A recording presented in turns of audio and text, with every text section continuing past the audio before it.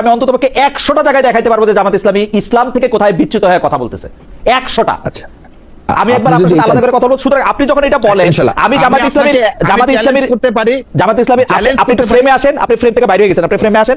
জামাত ইসলামী যদি এই কথা বলে যে জামাত ইসলামীকে সমালোচনা করা মানে ইসলামের সাথে ভুল ত্রুটি আমাদের সবারই আছে, কম হোক বেশি হোক আমাদের ভুল ত্রুটি সবারই আছে, কিন্তু আপনি যদি বলেন জামাত ইসলামী সমালোচনা করা, জামাত ইসলামী নিয়ে কথা বলা মানে ইসলামের নিয়ে কথা বলা, সেইটা আমি আসলে মানে আমি মানতে চাই। জনাব শাহরিয়ার কবিরকে একটু শোনা দরকার। প্রথম যে ব্যাপারটা যে মুক্তিযুদ্ধের কথা বললে ভোট কমবে এরকম ইনফারেন্স আনতেছেন হচ্ছে অনেকে, অতীতের কথা বললে ভোট কমবে এরকম ইনফারেন্স আনতেছে অনেকে। তা আপনিও কি সেরকম মনে করেন কিনা যে বাংলাদেশের রাজনীতিটা এমনও হওয়া উচিত 71 নিয়ে কোনো রকম কোনো কথা বলে, মুক্তিযুদ্ধ নিয়ে কোনো কথা বলে, যদি কথা হয় সেই কথাটার মধ্যে থেকে এতদিন যে কথাগুলি ছিল সেই কথাগুলিকে ভারতীয় বয়ান বলে কথা শুরু করতো? এই তো এইটা না করলে বাংলাদেশের রাজনীতিটা ঠিক হবে। মুক্তিযুদ্ধ নিয়ে কোনো কথা বলা যাবে না, রাজাকার নিয়ে কোনো কথা বলা যাবে না, কথা বলতে হবে হচ্ছে কি নিয়ে সেটা আমরা শুনতে চাই। এবং আমরা যেটা জানতে চাই আপনার কাছে যে ইসলামিক শাসন হলে জামাত ইসলামী যে ধরনের শাসন প্রতিষ্ঠা করতে চায়, বর্তমান শাসন ব্যবস্থা বিশেষ করে দুইটা দিকে বিচার বিভাগ এবং অর্থনীতির ক্ষেত্রে সেটা কি পার্থক্য আনবে?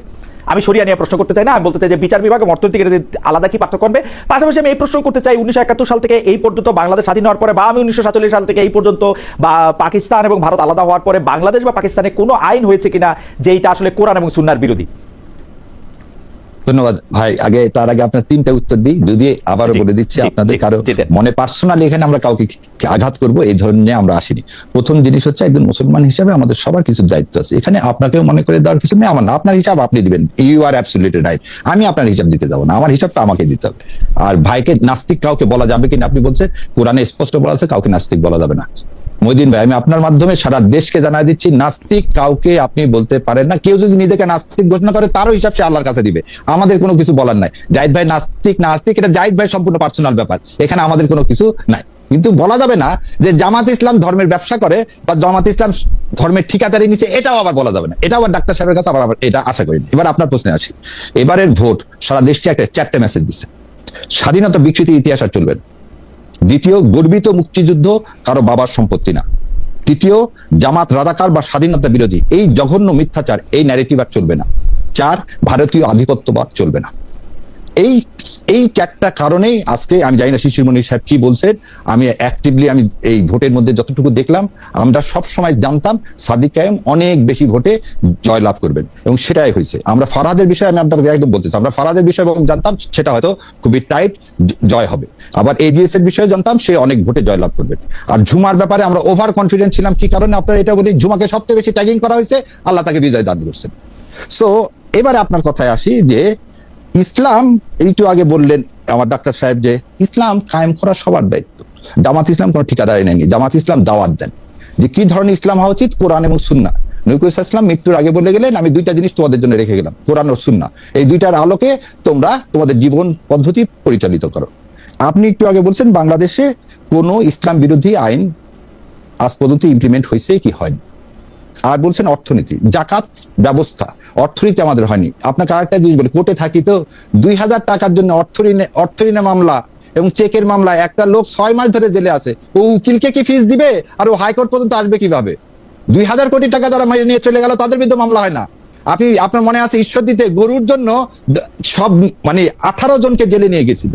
ইসলামী শাসন ব্যবস্থা কায়েম আমরা বলতেছি, অর্থনৈতিক ব্যবস্থা যদি জাকাত ভিত্তিক হয় তাহলে সুষম। ভাই যেটা বলেন কল্যাণ রাষ্ট্র, ইসলামের মতো কল্যাণ রাষ্ট্র পৃথিবীতে কোথাও নাই। ইংল্যান্ড ইসলামী রাষ্ট্র ব্যবস্থা কায়েম করছে, যদিও সে মুসলমান না খ্রিস্টান।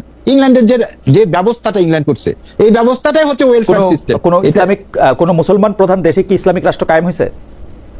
এই আপনার এই প্রশ্নে সত্যি ব্যথিত চিত্তে বলতে হয়, কেউ ইসলাম মানতেছেই না পৃথিবীর কোনো দেশ এক্সেপ্ট ইরান। আচ্ছা, সবাই মিলে ইরানকে রেখে ইরানে মানা হতো, ওই জন্য সবাই মিলে ইরানের পিছনে লেগে গেছে। আজকে আপনি একটা ইরানের পিছনে তো বিদেশের অন্যান্য দেশগুলিও ইরানের পিছনে লাগে আছে। আমি মোরালেস এই উদাহরণটা হচ্ছে জামাত ইসলামের মতো, আপনি যদি সঠিক পথে থাকেন অন্য মুসলমান আপনার পিছনে লেগে থাকবে। কিন্তু যেটা ইরানে মারলো ইসরায়েল বোম, সঙ্গে সঙ্গে ইরান জবাব দিল।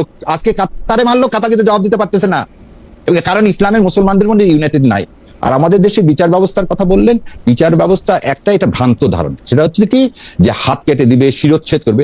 শিরচ্ছেদ করে কি সৌদি আরবে সব অপরাধ কমিয়ে দেওয়া গেছে? না, ডিটারেন্স একটু আগে কয়েকদিন আগে বোধহয় ডাক্তার সাহেব একটা আমি দেখছিলাম, যে উনি বলছিলেন যে আইডিওলজিক্যাল যদি কোনো সমস্যা থাকে সে দল কখনো ভালো হতে পারে না, এবং ওনার কথা ছিল জামাত ইসলাম আইডিওলজিক্যালি জামাতে ইসলাম খারাপ আছে, মানে ডিএনএ যদি কারো খারাপ হয় তাহলে সে ভালো হবে না। ইসলামকে ধারণ করা এটা কখনো ডিএনএ না না না, কিন্তু ব্যারিস্টার শাহরিয়ার কবির, আমি কিন্তু আপনার সাথে ডিফার করি। আপনি কিন্তু জামাত ইসলামী করেন বইলেই আপনি এরকম একটা কথা বারবার বলতেছেন যে আপনি ইসলামকে ধারণ করেন। আমি কিন্তু আপনাকে যদি সত্যি সত্যি চ্যালেঞ্জ করি, আমি অন্তত তোমাকে 100টা জায়গায় দেখাইতে পারবো যে জামাত ইসলামী ইসলাম থেকে কোথায় বিচ্যুত হয়ে কথা বলতেছে, 100টা। আচ্ছা, আমি একবার আপনার সাথে আলাদা করে কথা বলবো। সুতরাং আপনি যখন এটা বলেন, আমি জামাত ইসলামীর করতে পারি, আপনি একটু ফ্রেমে আসেন, আপনি ফ্রেম থেকে বাইরে হয়ে গেছেন, আপনি ফ্রেমে আসেন।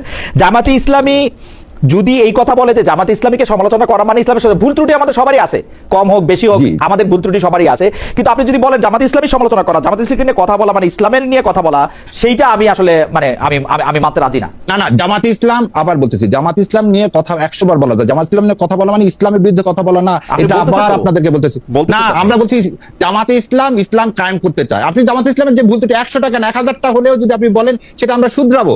জামাত ইসলাম 71 সালের পর থেকে এই পর্যন্ত কতবার তার গঠনতন্ত্র চেঞ্জ করছে, অন্য কোন দল করেননি। আপনি তো বলতেছেন যে ঠিক আছে, আপনি তো বলতেছেন ঠিক আছে, মূল প্রিন্সিপালে তো আপনি ঠিক থাকবেন।